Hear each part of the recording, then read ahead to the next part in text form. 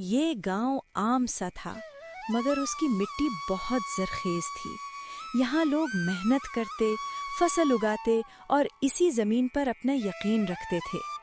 हामिद भी इसी गांव का एक किसान था, मगर उसके दिल में मेहनत से ज्यादा जल्दी अमीर बनने की ख्वाहिश थी।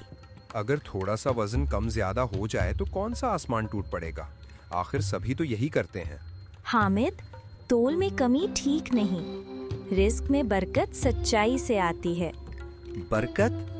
बरकत बातों से नहीं, होशियारी से आती है। चंद ही महीनों में हामिद के घर में खुशहाली आ गई। नया अनाज, नया लिबास और लोगों की आंखों में हसद। हामिद, तुम्हारी फसल तो हमारी जैसी ही थी, फिर तुम इतनी जल्दी कैसे आगे निकल गए? बस किस्मत साथ दे रही है। बेटा, किस्मत से पहले नीयत देखी जाती है। मिट्टी सब कुछ याद रखती है। चचा, मट्टी भी हिसाब रखती है क्या? हामिद को मालूम न था कि जो जमीन उसे पाल रही है वही एक दिन उससे सवाल भी करेगी। अगले मौसम में अजीब बात होने लगी। हामिद के खेत सूखने लगे, जबकि बाकी किसानों की फसल हरी रही। ये कैसे हो सकता है? मैंने बीज भी अच्छा डाला, पानी भी दिया। शायद ये उसी का नतीजा है जो तुम करते रहे हो। नहीं, ये सब साजिश है, जमीन का कसूर है। हामिद ने मिट्टी को इल्जाम दिया, मगर अपनी ज़मीर की आवाज न सुनी। पूरा गांव जमा हुआ। हामिद की फसल नाकाम, मगर दूसरों की सलामत।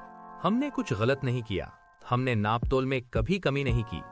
जमीन सिर्फ बीज नहीं देखती, वो नीयत भी देखती है। मुझसे गलती हो गई। मैंने लालच में सब कुछ खो दिया। ये सिर्फ एक इंसान की नहीं, पूरे गांव की आजमाइश थी। हामिद ने सबके सामने माफी मांगी, अपना तराजू तोड़ा और वादा किया कि अब कभी धोखा नहीं देगा। आज मैं समझ गया हूँ कि मिट्टी का भी हिसाब होता है। सच्चाई ही असल दौलत है। जो जमीन से धोखा करे वो खुद अपने मुस्तकबल को बंजर कर लेता है। अगले मौसम में हामिद के खेत फिर हरे हो गए, क्योंकि मट्टी ने उसका हिसाब पूरा कर लिया था।